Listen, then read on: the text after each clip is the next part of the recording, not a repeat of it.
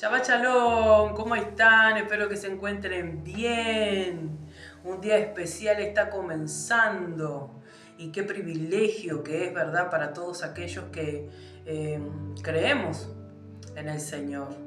Nos cuenta allí en Ezequiel 46, versículo 1, que una de las puertas del reino de los cielos es el Shabbat, es el séptimo día. Dice que se abren las puertas. ¿Para qué? Para todos aquellos que quieren acercarse confiadamente. ¿A qué? A aprender de la palabra del Señor. Porque dice la Escritura también que este es el día que hizo el Señor, ¿verdad? ¿Para qué? Para reunirnos. Y ejemplo nos dio el Maestro Yeshua, el Mesías de Israel. Ejemplo nos dio en varios pasajes en la Escritura y con su ejemplo cuando se encarnó y anduvo en esta tierra, que Shabbat tras Shabbat él iba a aprender o a enseñar de la Torá, porque era lo que había, ¿verdad? En aquel tiempo, la Torá, ¿verdad? Y él mismo era la Torá viviente. Entonces, qué bonito que nosotros sepamos aprovechar y entrar por esas puertas con acción de gracias. Tenemos que entender el significado, ¿verdad?, de cada palabra que el Eterno nos dejó allí escrito en la Sagrada Escritura. Y quiero compartirles algo, como siempre trato de hacer, un video cortito contándoles lo que el Eterno nos habló, ¿verdad? En la reunión junto a los hermanos. Recién terminamos el inicio de este día Shabbat reunidos con los hermanos, ¿verdad? Y recién cada uno se fue a su casa a descansar. Ya estamos en la tarde-noche. Y algo que tuvimos hablando, si bien estamos con el seguimiento de la Parashá, que significa estar parados, estar firmes, ¿verdad? Allí en Deuteronomio, se da la mano con esto que quiero compartirles. Y espero que del otro lado haya un espíritu enseñable para que la palabra del Eterno halle cabida y produzca fruto en sus corazones y en los nuestros también. Quiero que vayan buscando allí Hebreos capítulo 12. Miren lo que dice aquí en la Escritura.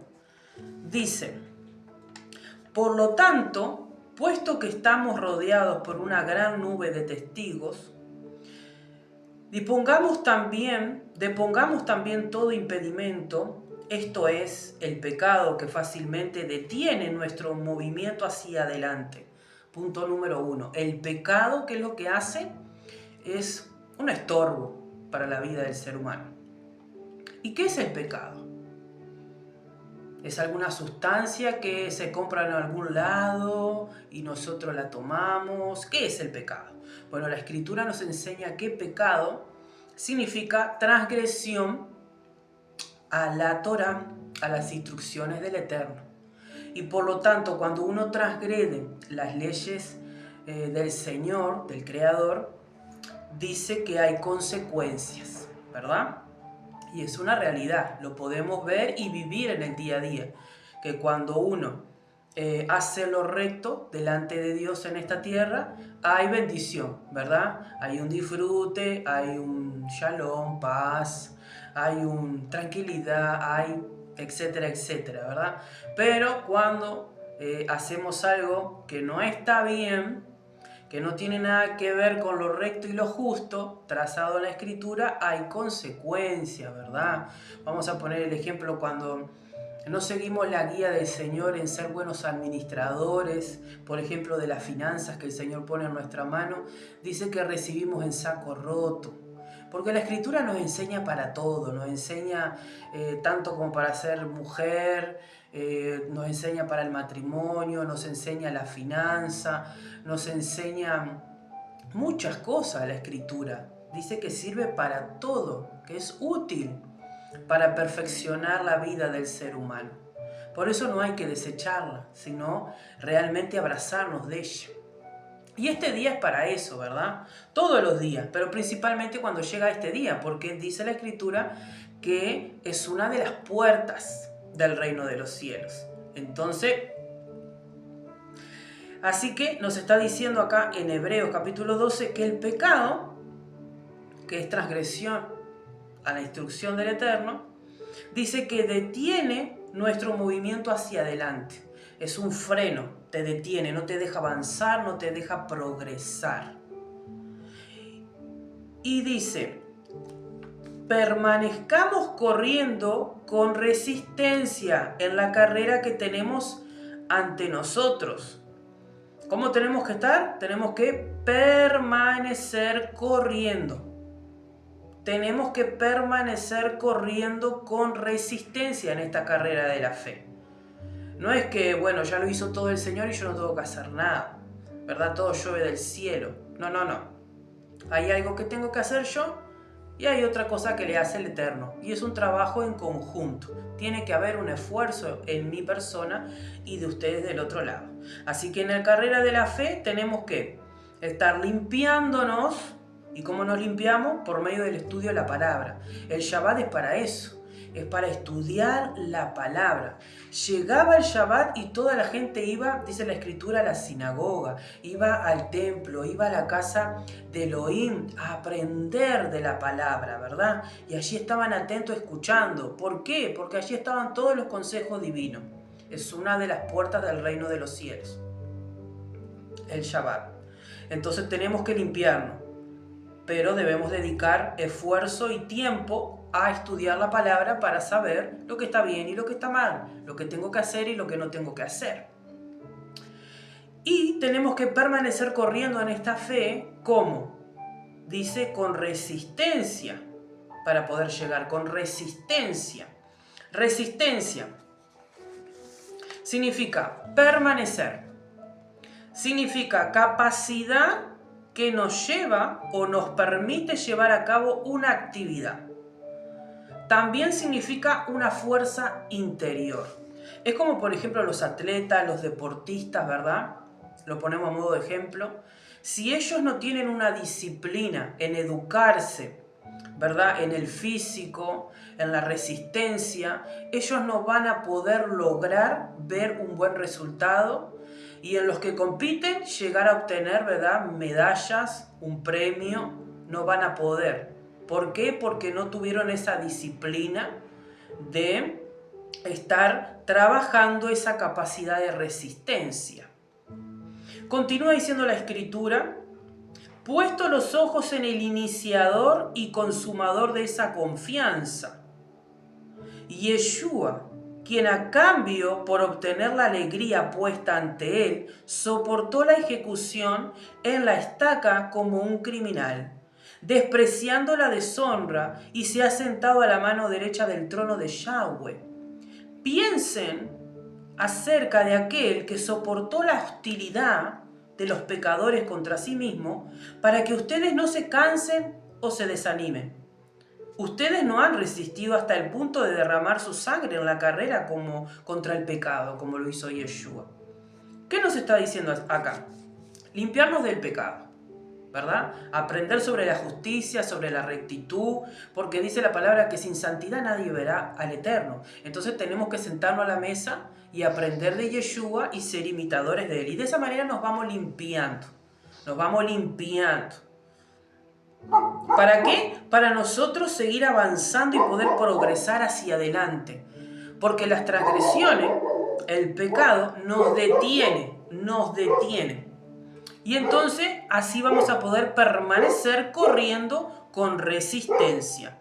Y dice que Yeshua dice que soportó la ejecución de la estaca como un criminal, siendo una persona inocente, una persona que no había cometido ningún delito.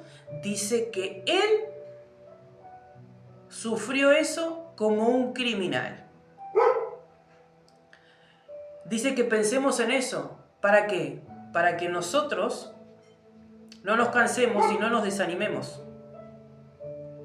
Porque nosotros no llegamos a ese punto. Gracias al Eterno no llegamos a ese punto. Entonces debemos de echarle gana, debemos de ponerle fuerza, debemos de estar, como dice la parashá, estar parados y firmes, siendo constantes y diligentes en poner por obra las enseñanzas de Yeshua. A veces nos quejamos de cómo está el mundo, nos quejamos de cómo está la sociedad, nos quejamos de la corrupción, nos quejamos de todas las faltas que hay, pero ¿qué estamos haciendo? ¿Qué estamos haciendo? ¿Estamos marcando una diferencia? ¿Estamos viviendo de manera distinta a eso que nos quejamos? ¿O somos uno más igual que ellos? No hay diferencia. Entonces tenemos que pensar y hacer conciencia. Continúa diciendo en el versículo 5, también han olvidado el consejo que habla a ustedes como a hijos. Mi hijo, no menosprecies la disciplina de Yahweh, ni te desanimes cuando Él te corrija. Porque Yahweh disciplina a aquellos que ama y azota a todos los que recibe como a hijos. Consideren la resistencia como disciplina. Yahweh está tratando con ustedes como hijos. Pues, ¿a qué hijo su padre no lo disciplina? ¿Qué padre no? Padre, vamos a poner bien los puntos claros. Hoy en día vemos la sociedad que, los niños pasan todo el día en la calle, ¿verdad? Hacen lo que quieren, ¿verdad? Como quien dice, se crían solos, ¿verdad? Y los padres están en otra, ¿verdad? Pero el que entiende el concepto de padre, el que verdad tiene las entrañas de padre y de madre, ¿qué hace? Disciplina al hijo. ¿Y qué significa disciplinar al hijo? Lo educa. Para que cuando llegue una edad, él sepa desenvolverse allá afuera y el mundo no se lo coma. ¿Me explico? Así hace Yahweh con nosotros. Nos instruye, nos disciplina, nos enseña, nos educa, nos capacita para que nosotros podamos adquirir esa virtud de resistencia, de fuerza interior, ¿verdad? Una fe verdadera. Consideren la resistencia como disciplina. Yahweh está tratando con ustedes como hijos. Dice, todos los hijos legítimos participan de la disciplina. Así que si tú no eres bastardo, eres hijo. Además, nosotros tuvimos padres físicos que nos disciplinaron y los respetábamos. Cuanto más, mucho más debemos respetar al Padre de los Ruajim y viviremos. Porque ellos nos disciplinaron solo por un corto tiempo y solo lo mejor que pudieron, porque eran seres humanos y son seres humanos nuestros padres, ¿verdad? Entonces lo mejor que pudieron, ellos nos disciplinaron, nos educaron. Pero el Eterno dice que es perfecto, es el Elohim todopoderoso. Pero Él nos disciplina en una forma que nos produce beneficio genuino y nos permite compartir en su Kedushá, en su santidad. Ahora bien, toda disciplina, mientras se está aplicando, en verdad parece dolorosa y no se disfruta.